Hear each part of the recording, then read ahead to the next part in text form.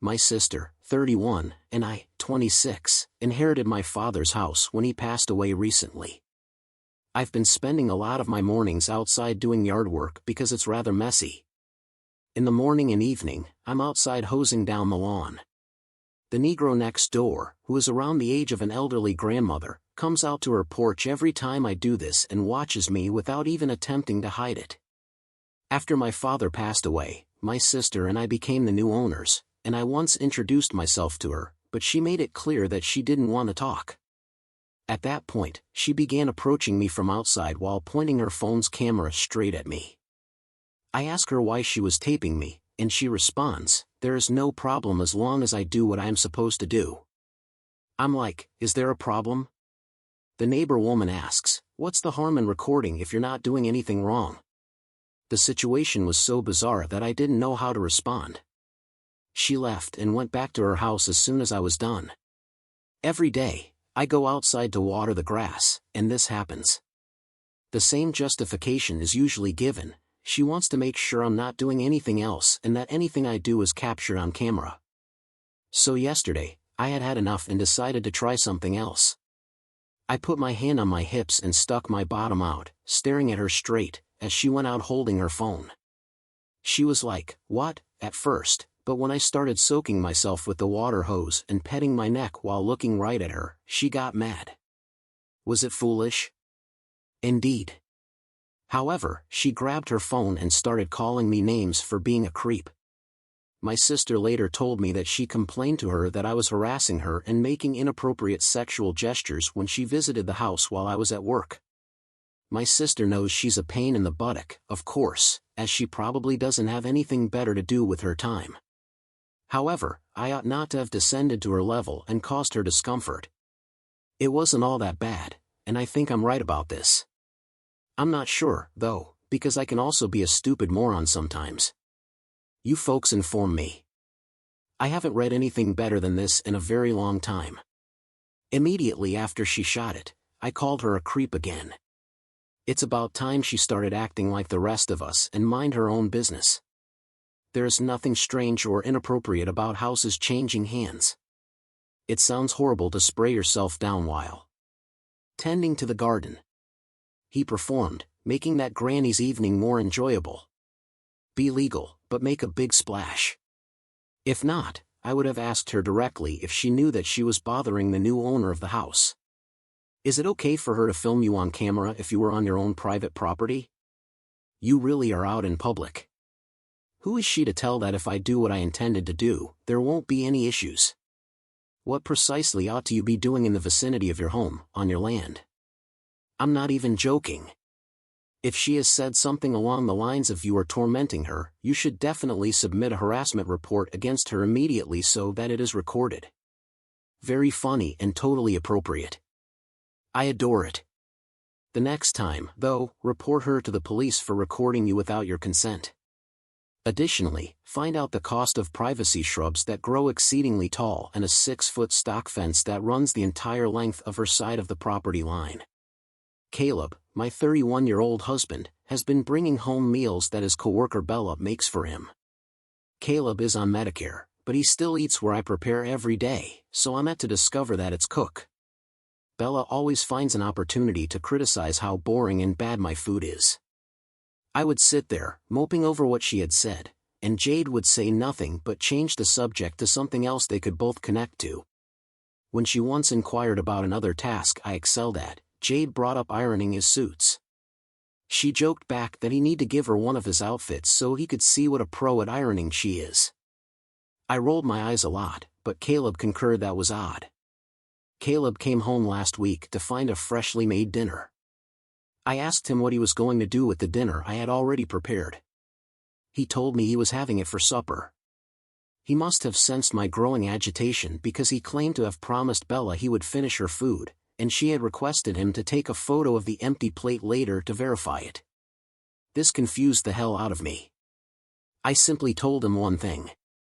I told him that it would be the last time I cooked for him if he chose Nora's food over mine. He began to gripe about how unfair I was being and how I was placing him in an awkward position.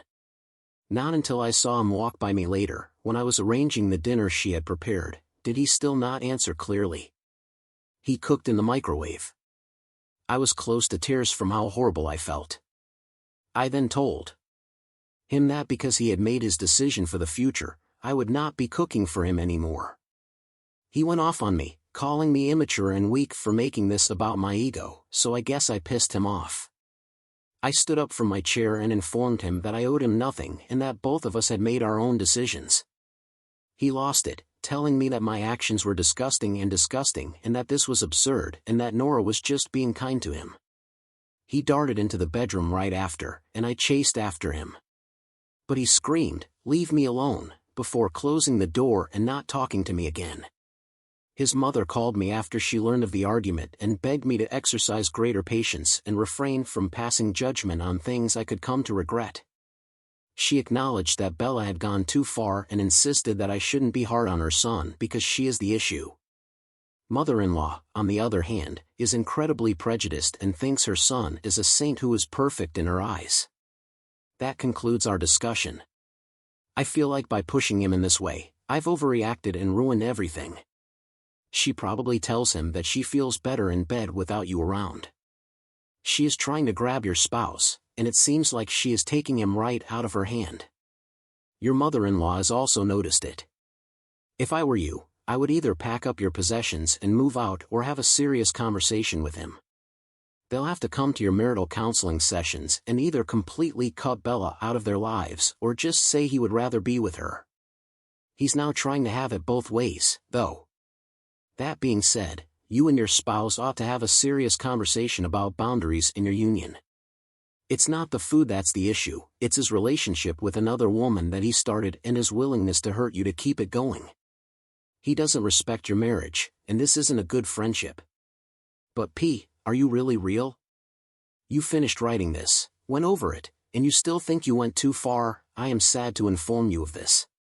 You're losing your breath. She's attempting to deceive your boyfriend, and he's allowing it. He seems like a fool, so there's nothing you can do. She sounds sleeping with him, so I don't think she's trying. A lady isn't just emotional when she wants to see photos of empty dishes. The situation is as clear as day when this chapter ends. The OB spouse must decide which is more important, his coworker's sentiments or his own, and you decided on the coworker.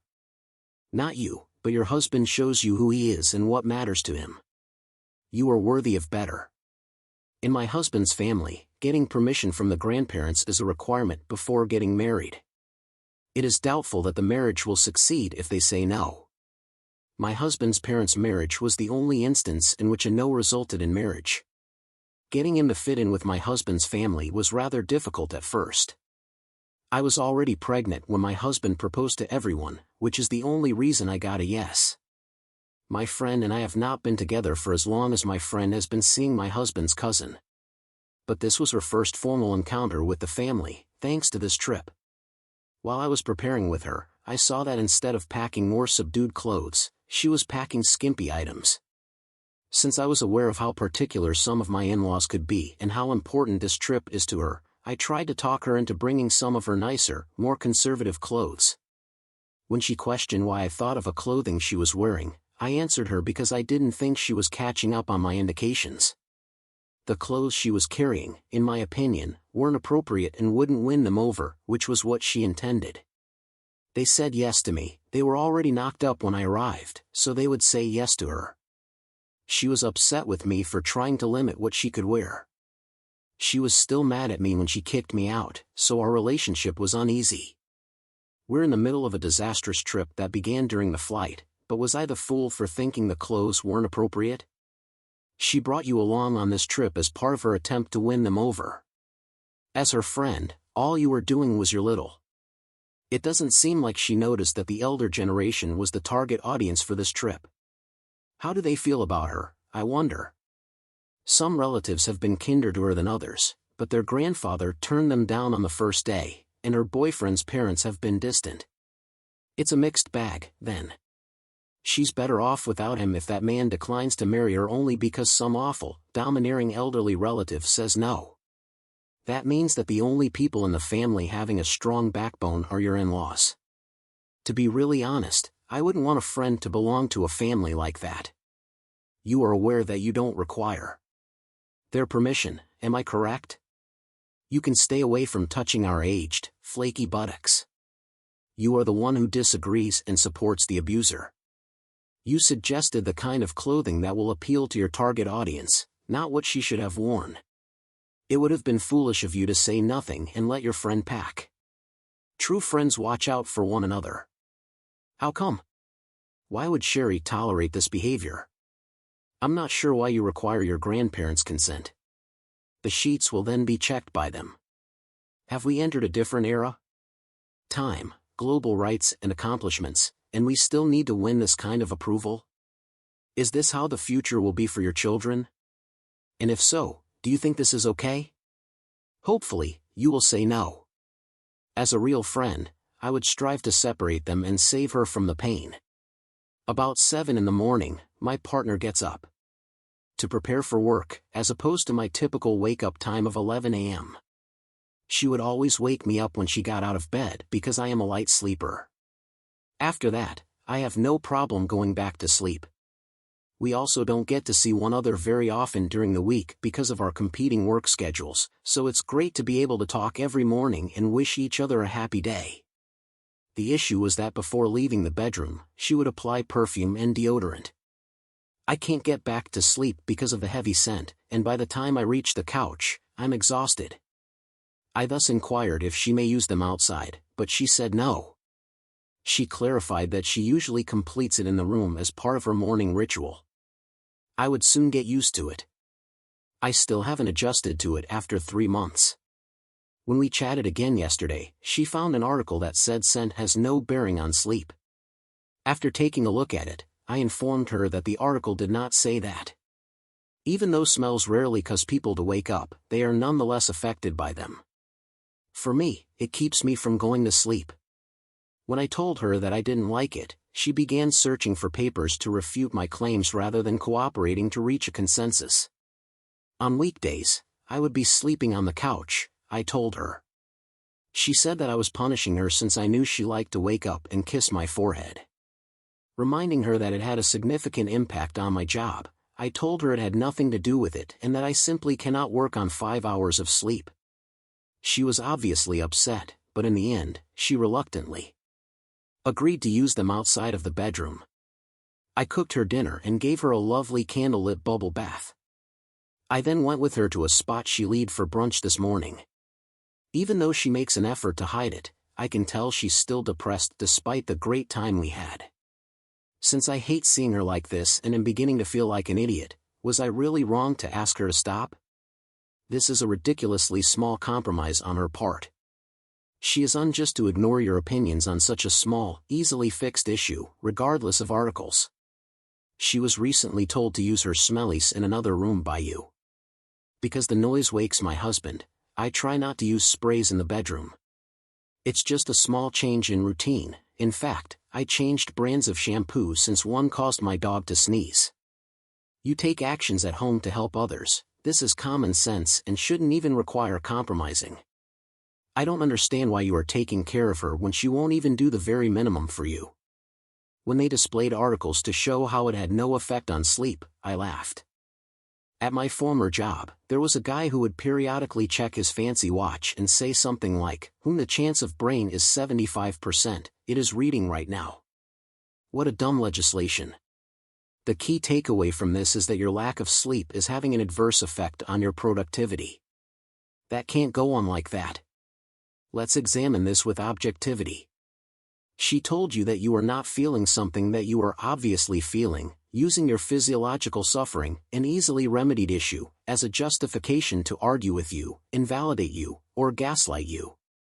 Let me tell you one last thing, she has no interest in making the corrections that are hurting you. Her only defense is a tautology that goes, well, but I have to do it this way because this is how I do it, this is my routine. You can also test her intelligence by giving her a bubble bath and fine dining, but don't doubt her sincerity. But you are inviting more abuse into your life if you keep complimenting her for brushing aside your sorrow. You encourage her behavior after she treated you like a doormat. recognize that this will instill trust in her that you will reward her for treating her badly in the future. My husband Anthony, 37, our daughter Nora, a young adolescent, and his daughter Skylar, 20, make up our family. 5 years ago, Anthony and I moved in together with the intention of getting married. We're having a great connection, and Nora is happy with how things are now. In contrast, Skylar has behaved well ever since I moved in. We know this is due of her mother, who hates me, because Skylar has been with me for 15 years and has never behaved this way. She just started once I moved in. Skylar has disregarded every rule we've set since she turned 17. 1. No drinking and then going home. 2. No guests beyond 1 a.m. 3. We don't allow smoking in our house. 4. After 12 a.m., no males. 5. Don't listen to loud music after midnight. 6. Keep quiet if you go to the kitchen at night. Several of Nora's valuables are destroyed by Skylar. She is in therapy, yes. She speaks terrible things to Nora and torments her nonstop. She also frequently takes money from Nora's piggy bank. She never listens to Anthony when he constantly tells her about what she does.